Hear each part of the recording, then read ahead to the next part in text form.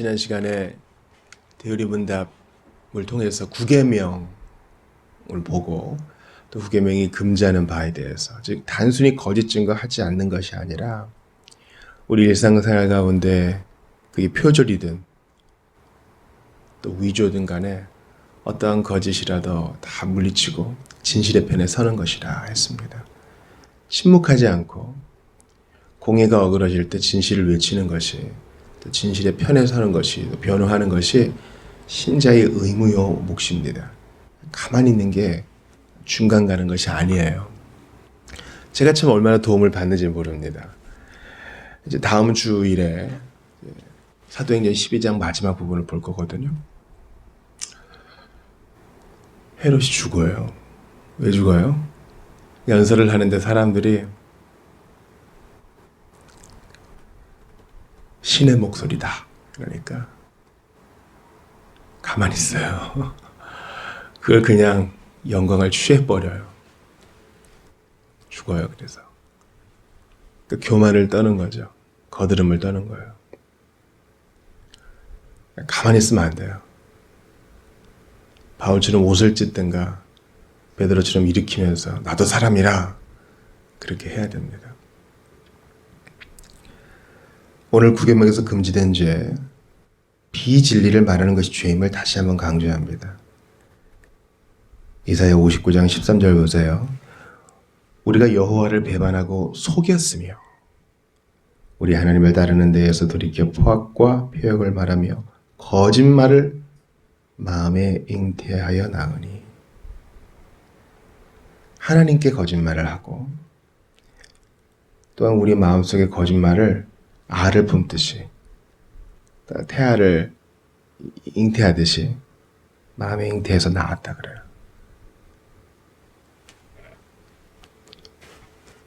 여호와를 배반하고 속였다. 하나님을 속일 수 있어요. 또 그것을 마음속에 깊이 간직했다가 딱 토해냅니다. 마음이 문제인 거죠. 레위기 19장 11절입니다. 너희는 도둑질하지 말며 속이지 말며 서로 거짓말하지 말며. 거짓말하는 자체는 하나님의 성품에 어긋나요. 하나님은 진리의 하나님이신데 거짓말을 말하는 것은 거짓의 아비인 마귀 편에 서는 것이라 했어요. 골로새서 3장 9절입니다. 너희가 서로 거짓말을 하지 말라. 옛사람과 그 행위를 벗어버리고. 거짓말은 구원받기 전 회심 전이나 합당한 것이지 구원받은 신자에게 거짓말은 자연스럽지 않다. 그렇다고 해서 이 진리의 기관총을 함부로 쏘아대서는 안 된다 그랬죠. 그러니까 진실을 말한다는 이유로 사랑 없이 마구 비판하고 정죄하고 지적하고 또 이래서는 안 되는 것이죠. 중상하고 험담하는 것이 죄임을 봅시다. 시편 15편 3절입니다. 그의 혀로 남을 허물하지 아니하고 그의 이웃에게 악을 행하지 아니하며 그의 이웃을 비방하지 아니하며. 이 3절의 말씀이 다 같은 거죠. 즉 중상하고 험담하지 않는 것입니다. 목사님, 이게 거짓 증거랑 무슨 상관이에요? 상관이 있어요. 대상자가, 당사자가 없는 상태에서 남의 얘기를 하는 것, 특별히 그를 깎아내리는 말을 하는 것은요, 진실을 어그러뜨릴 가능성이 대단히 높아요. 모르거든요. 진실 당사자도 잘 모르는 경우도 있고, 심지어 진실을 말하는 사람도 잘 모르는 경우가 있어요. 우리는, 왜냐면 우리 자신도 속이는 아주 기만적인 존재거든요. 그런데 그것을 칭찬이 아닌 당사자가 없는 상태에서 험담을 한다? 이것만큼 진실이 호도되는 경우가 있을까요? 진실이 오용되는 것입니다. 옳지 않아요. 그러니까 시편 기자가 이것을 금지하는 것이고, 시편 50편 20절도 봅시다. 앉아서 내 형제를 공박하며 내 어머니 아들을 비방하는도다. 우리가 이제 대언의 연달 보면은요, 이게 하라는 것보다 하지 말라는 것이 훨씬 더 설명이 많죠. 왜 그렇습니까? 하이델베르크 요리문답이 말하는 것처럼 우리는 본성적으로 하나님과 이웃을 미워하는 그 마음이 있어요. 본성적으로. 그래서 거듭난 신자라 할지라도 계속 다스리지 않으면은요, 삼킴을 당해요. 우리가 몸을 지니고 있기 때문에 연약함을 가지고 있거든요. 이 본성이 온전히 이제 사그러드는 주님 품에 안길 때까지 우리는 계속 분투해야 돼요. 기억하세요. 구원받은 신자라 해도 모였을 때 딴 사람 얘기하다가 진실을 어그러뜨리고 중상하고 험담하는 죄에 빠지지 않기를 바랍니다. 다른 사람을 비방하고 나쁘게 말하는 것이 죄임을 우리 계속 봅시다. 야고보서 4장 11절입니다. 형제들아 서로 비방하지 말라. 형제를 비방하는 자나 형제를 판단하는 자는 곧 율법을 비방하고 율법을 판단하는 것이라. 네가 만일 율법을 판단하면 율법의 준행자가 아니요 재판관이로다. 야, 이거 놀라운 논리죠. 형제나 자매를 비방하고 중상하고 험담하는 것은 하나님 말씀을 판단하는 것이라 그런 거예요. 우리는 말씀에 이끌림 받고 순종해야 되는 것인데 다른 사람을 비방하는 것은 하나님 말씀을 내가 함부로 판단하는 것이고 내가 하나님 자리 재판관에 서는 것이라는 거예요. 바울이 그러죠. 나도 나를 판단하지 않는다. 하물며 다른 사람 판단할 게 있어요? 주께서 다 심판관 되신 하나님께서 드러내실 터인데 우리가 굳이 주님 노릇할 필요가 있어요? 우리는 우리의 길을 가면 되는 것입니다. 우리를 옳다 하시는 분은 주님밖에 없어요. 예레미야 38장 4절 보세요. 이에 그 고관들이 왕께 아뢰되 이 사람이 백성의 평안을 구하지 아니하고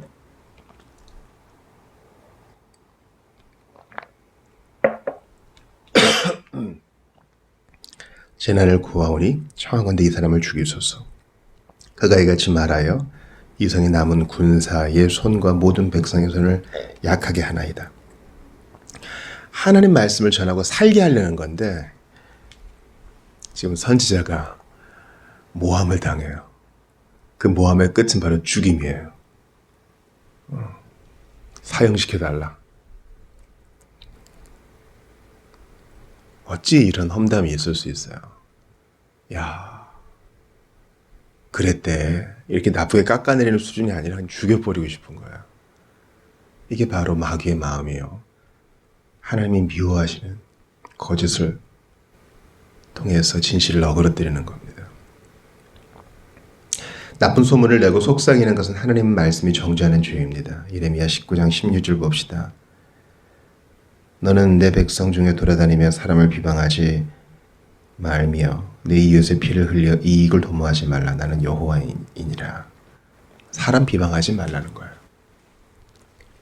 하나님이 세우신 재판관이 심판할 것이고 또 주께서 양심을 통해서 정죄할 것이고 또 그는 이미 회개하지 않는 한 하나님께 심판의 벌을 쌓아놓고 있으니 그거를 주께 맡기지 네가 경찰 노릇하지 말아라. 가십거리 만들지 말아라 하는 것입니다. 로마서 1장 29, 30절 봅시다. 곧 모든 불의, 추악, 탐욕, 악의가 가득한 자요 시기살인, 분쟁, 사기, 악독이 가득한 자요 수군수군하는 자요 비방하는 자요 하나님께서 미워하시는 자요 능력하는 자요 교만한 자요 자랑하는 자요 악을 도모하는 자요 부모를 거역하는 자요. 이런 일을 행하는 자는 사형이 합당하다 했는데 거기에 누가 있어요? 비방하는 자와 수군수군하는 자. 아니 분명히 가서 형제의 사랑으로 아니면 인간된 도리로 찾아가서 그거 옳지 않습니다. 그럴 얘기할 용기도 없어요. 뒤에서 수근수근 되는 거예요. 그걸 공적인 이슈로 이렇게 드러낼 마음도 없어요. 그냥 수근수근하면서 그거의 해결을 위해서는 어떠한 조치도 하지 않는 그냥 그 자체를 즐기는 거예요. 기억하세요, 여러분. 유일한 향유의 대상은 하나님밖에 없어요. 유일한 향유의 대상, 유일한 우리의 그 즐김의 대상은 하나님밖에 없어요. 하늘에서도 땅에서도 내가 사모할 이 주밖에 없니 할 때 사모하다가 즐거워하거든요. 이 세상에서 이 모든 이 사물과 사람과 이 모든 것들은요, 향유하거나 이용하거나 둘 중 하나예요. 우린 대부분 이제 이용하거나 또는 향유도 하고 이용도 하고 이렇게 하죠. 100% 순수하게 향유할 수 있는 대상은 하나님밖에 없어요. 그런데 남에 대해서 수근수근 하는 것을 즐긴다? 옳지 않아요. 우린 그렇게 디자인되어 있지 않기 때문에 그렇게 불편해. 그게 우리에게 썩 즐거움을 못 줘요. 호기심을 자아낼 수 있지만 그것뿐이에요. 냉소하고 비웃는 건 역시 죄입니다. 거기 화답하는 거겠죠? 창세기 2장 19절 봅시다. 사라가 본즉 아브라함의 아들 애굽 여인 하갈의 아들이 이삭을 놀리는지라. 뭐 나이도 더 많고 또 마땅히 자기 분깃이 있는 줄 알았을 테니까, 자기가 먼저 난 자니까 또 시기해서 그랬을 수도 있죠. 그러나 냉소하고 비웃는 것은 죄입니다. 이삭이 어리다고, 여러분 어린애들 놀려먹기가 얼마나 쉬워요. 그러나 그래서는 안 된다는 것입니다. 야, 이 냉소의 웃음은요, 정치를 비롯한 우리 문화 전반에 깔려 있어요. 힙합 뮤직은 안 그렇습니까? 뭐 건전한 것도 있겠지만 대부분 다 냉소죠. 상대방을 비아냥거리고. 조심해야 돼요. 뭐 그냥 장난입니다. 이렇게 치부할 수 없어요. 갈라디아서 4장 29절 봅시다. 그러나 그때 육체를 따르는 자가 성령을 따르는 자를 박해한 것 같이 이제도 그러하도다. 바울은 이것을, 이 놀림을, 이 냉소와 비웃음을 박해라 그래요. 기억하세요. 우리가 어떤 형제와 자매를 냉소하고 비웃는 것은요, 그를 박해하는 거예요. 그냥 씩 웃었을 뿐인데 아니요, 때린 거예요. 고린도전서 6장 10절입니다. 도적이나 탐욕을 부리는 자나 술 취하는 자나 모욕하는 자나 속여 빼앗는 자들은 하나님 나라를 유업으로 받지 못하리라. 주님 나라를 유업으로 받지 못하는 자가 누가 있어요? 도둑질하는 자, 술 취하는 자, 탐욕을 부리는 자, 도둑질하는 자뿐만 아니라 모욕하는 자. 모욕을 주는 거예요. 수치를 주는 거예요. 얼굴을 붉게 만드는 거예요. 공공한 자리에서 망신을 주는 거예요. 찾아가서 교정시킬 마음도 없어. 어찌 이럴 수 있어요? 그래서 얻는 게 뭡니까? 이겼다는 승리감? 어떻게 이렇게 꼬일 수 있어요? 신자는 그런 사람이 아니에요. 이런 예수님이 우리가 고백한 죄악을 천사들 앞에 다 발설하고 교회들 앞에 다 누설화 하시고 그런 분이세요? 우리 주님은 그렇게 안 하세요. 자기도 잊어버리세요. 나도 기억하지 않을 거야. 난 널 존중하니까, 난 널 사랑하니까. 사랑은 그런 거예요. 그러니까 이 모든 것은 다 하나님 사랑과 이웃 사랑에 떠나 있기 때문에 비방하고 한담하고 수군대고 그러는 거예요. 주여, 우리 마음에 사랑이 가득해서 이런 것들은 얼씬도 하지 못하게 하시고 흉내도 내지 않게 하소서. 이게 우리 기도 제목입니다. 욕설하며 또 조급하고 가혹하게 판단하는 것이 죄입니다. 마태복음 7장 1절 봅시다. 비판을 받지 아니하려거든 비판하지 말라. 사도행전 28장 4절이에요. 원주민들이 이 짐승이 그 손에 매달려 있음을 보고 서로 말하되 진실로 이 사람은 살인한 자로다. 바다에서는 구조를 받았으나 공의가 그를 살지 못하게 함이로다 하더니. 너무 성급한 거죠. 조급한 거예요. 뱀이 물렸을 뿐인데 살인자라고 치부해버리는 겁니다. 우리가 어떤 형제나 자매가 고난을 받을 때 무슨 죄를 졌나 보다 이렇게 함부로 생각하지 말아야 돼요. 욥의 친구들처럼 굴지 말아야 합니다. 지켜보고 같이 가슴 아파해 줘야 됩니다. 우리는 너무 조급해요. 사람과 사람이 만나요. 보통은요, 자기 얘기 막 떠들다 갑니다. 너무 조급해. 고요히 들어주지를 못해요. 창세기 38장 24절 보세요.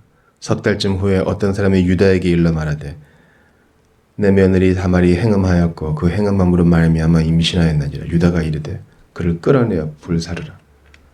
야, 예수님이 이런 유다 지파에서 나셨어요. 유다 대단하죠. 자기 잘못은 회개하지 않고 또 연고도 물어보지 않고 일단 화형이에요. 며느리인데 아무리 화가 나도 무슨 일인지는 알아야 될 거 아니에요. 모든 것이 절차가 있어요, 여러분. 그런데 자기 마음이 열받는다고 이래서야 되겠습니까?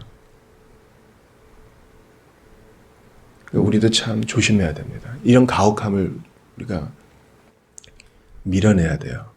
진실은 그런 게 아니에요. 눈에는 눈이잖아요. 눈에는 눈. 죄의 삭은 사망인데 예수님께서 그대로 사망을 당하셨죠. 우리는 이 대등하고 평등한 것을 추구해야 되는데 안 그렇죠. 다 뭐 죽어야 된다 그러고 다 감옥에 가야 된다 그러고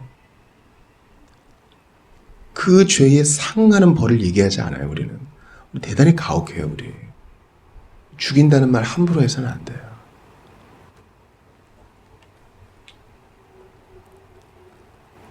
로마서 2장 1절 보세요. 그러므로 남을 판단하는 사람아, 누구를 막론하고 네가 핑계하지 못할 것은 남을 판단하는 것으로 네가 너를 정죄함이니 판단하는 네가 같은 일을 행함이니라. 맞아요. 유다가 자기 며느리를 판단하면서 사실은 자기 욕하는 거예요. 화형을 당할 사람은 유다예요. 통승 팔아넘기고 죽이려고도 했고요. 또 무슨 일을 했어요?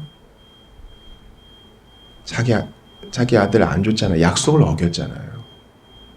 그리고 창기굴에 들어가고. 그러므로 우리가 형제와 자매를 판단할 때, 이웃을 판단할 때 차라리 침묵을 택하는 게 나아요. 주여, 우리의 가혹함과 성급함을 용서하소서. 자, 다른 이를 향한 불의한 의도와 언어와 행동은 죄입니다. 느헤미야 6장 6절부터 8절입니다. 그 글에 이르기를 이방 중에도 소문이 있고 가스무도 말하기를 너와 유다 사람들이 모반하려 하여 성벽을 건축한다 하나니 네가 그 말과 같이 왕이 되려 하는도다. 또 네가 선지자를 세워 예루살렘에서 너를 들어 선전하기를 유다의 왕이 있다 하게 하였으니 지금 이 말이 왕에게 들린지라.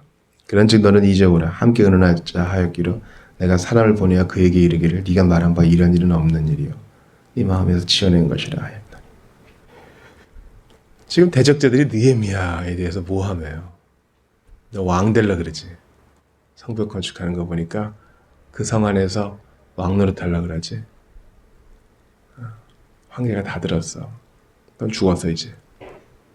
우리 만나자. 만나서 뭐 하려고요? 느헤미야 죽이려고 그러는 거잖아.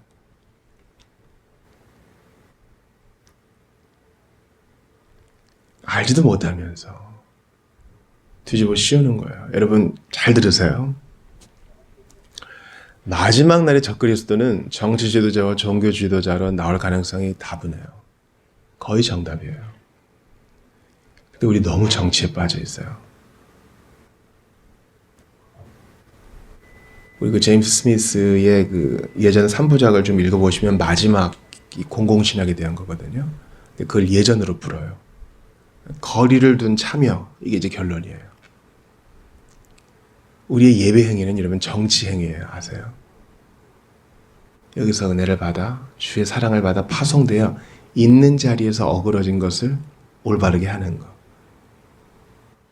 거리를 둔 정치 행위예요. 세상을 고치겠다고 나가가지고 돌아오지 못한 사람이 얼마나 많습니까? 제가 지금 이 얘기를 왜 해요? 느헤미야는 정치가예요. 총독이라고요. 근데 거기 편승해서 우리가 이게 신문이 났다고 보세요. 느헤미야 이럴 줄 알았어.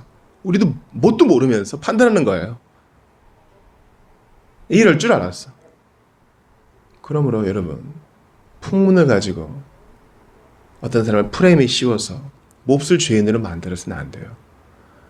우리 안에 완전한 설득이 있을 때까지 판단을 보류하세요. 왜 이렇게 선 가리게 하고 빨리 어느 쪽을 쓰려고 합니까? 또 나는 당연히 그쪽이지. 왜 그렇게 함부로 자기의 입장을 정합니까?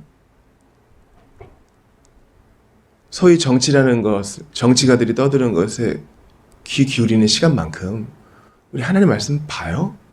우리 정말 회개해야 돼요. 로마서 3장 8절 보세요.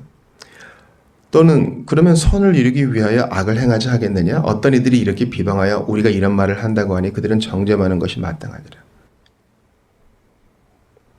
나쁜 의도로 소위 삐딱한 마음으로 은혜론을 대충 듣고 구원론 조금 듣고 아 그렇구나.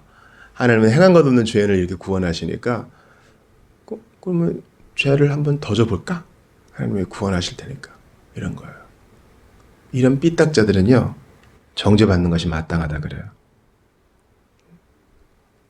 하나님을 향한 겸손과 참회의 마음, 순전한 마음 이거 없이 하나님을 함부로 시험하려 드는 이런 모든 마음은 교정받아야 돼요. 시편 69편 10절 보세요. 내가 곡하고 금식하였더니 그것이 도리어 나의 욕이 되었으며 뭡니까?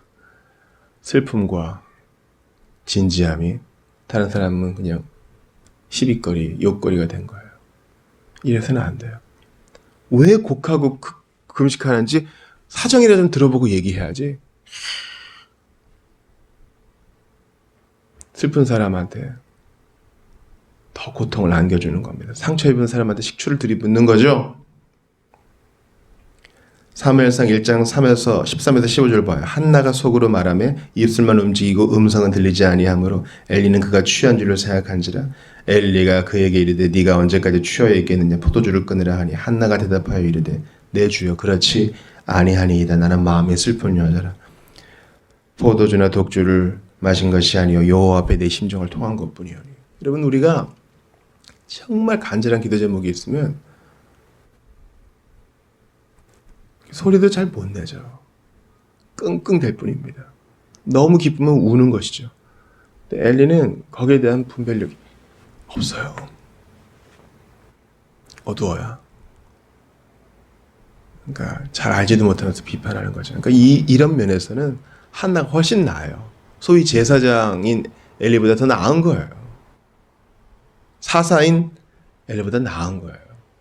여러분 그러므로 우리가 어떤 것에 대해서 사람이든 사건이든 판단할 때 정말 신중합시다.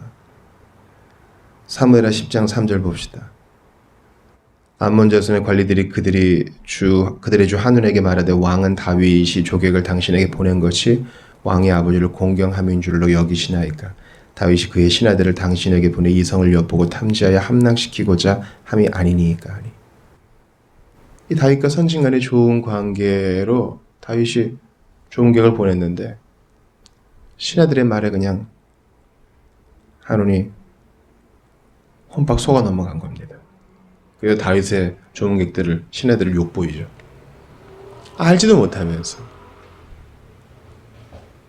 다른 사람의 의도를 그렇게 악하게 판단할 것이 아니에요. 저도 참 이런 거에서 문제입니다. 잘 믿지 못해요. 세상이 악하다 보니까 조심한다고 하는 것이 다른 사람의 선의를 곡해하는 것은 아닌지 돌아보게 됩니다. 너무 또 순진하다. 그래서 속아 넘어갔다. 이런 게 두려운 거예요. 근데 형제와 자매면 어때요? 그의 선한 의도를 일단 받아주는 게 좋지 않겠습니까? 속으면 어때요?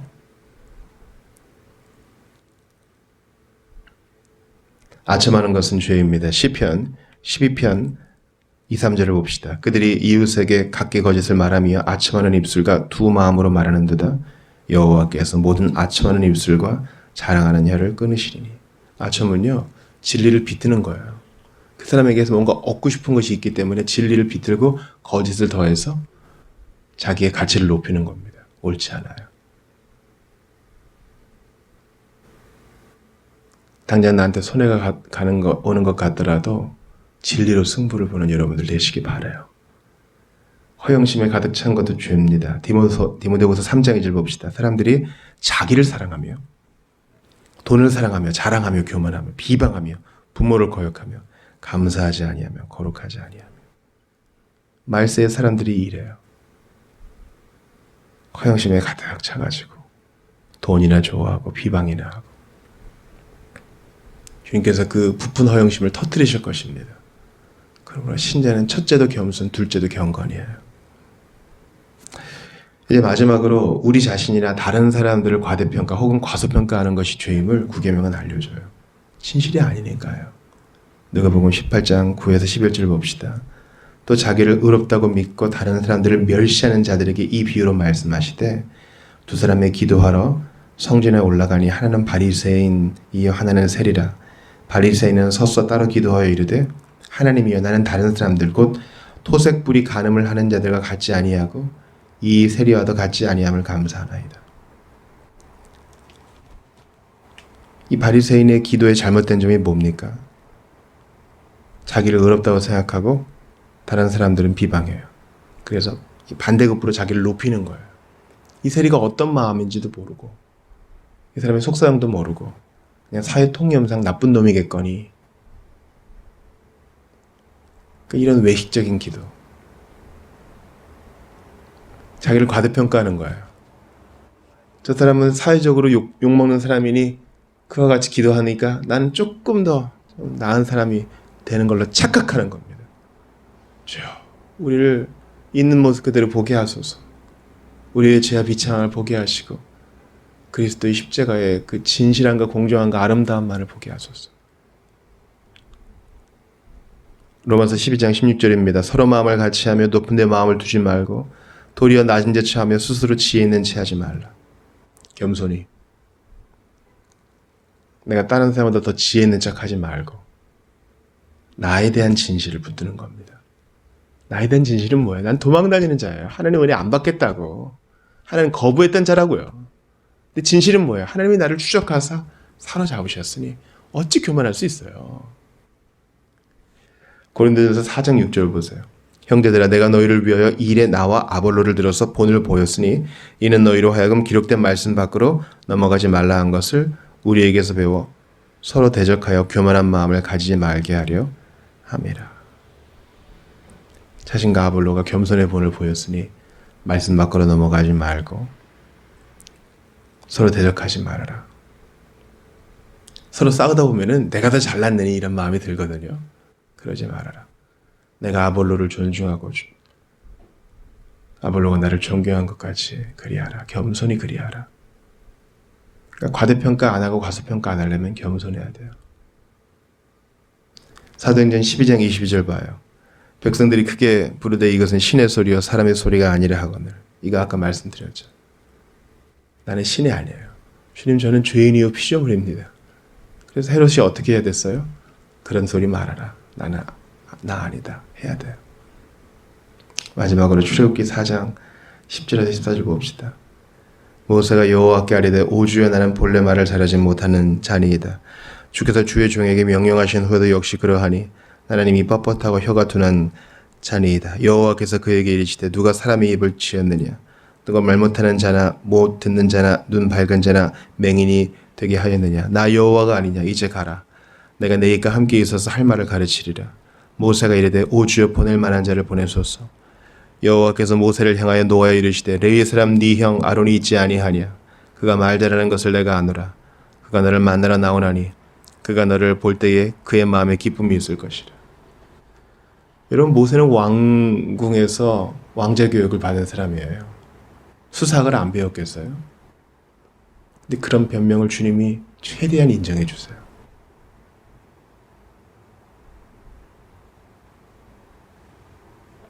근데 그의 자기 비하, 겸손이 너무 지나쳐요. 하나님이 힘주시겠다는데 못 믿는 거예요. 그러니까 이건 겸손이 아니라 하나님의 약속에 대한 진실을 불신하는 것이고 하나님도 불신하는 것이고 그래서 주님께 꾸중을 듣죠. 그리고 주님은 아론도 붙여주세요. 하나님의 겸손, 하나님의 자비는 말로 다 못해요. 우리는 계속 도망가고 피하고 주님은 진실로 우리에게 다가오셔서 진심으로 우리를 대하시고 사랑으로 우리를 교정하시니 얼마나 감사합니까? 여러분 기억하세요. 오늘 우리가 이것을 다 나눴어요.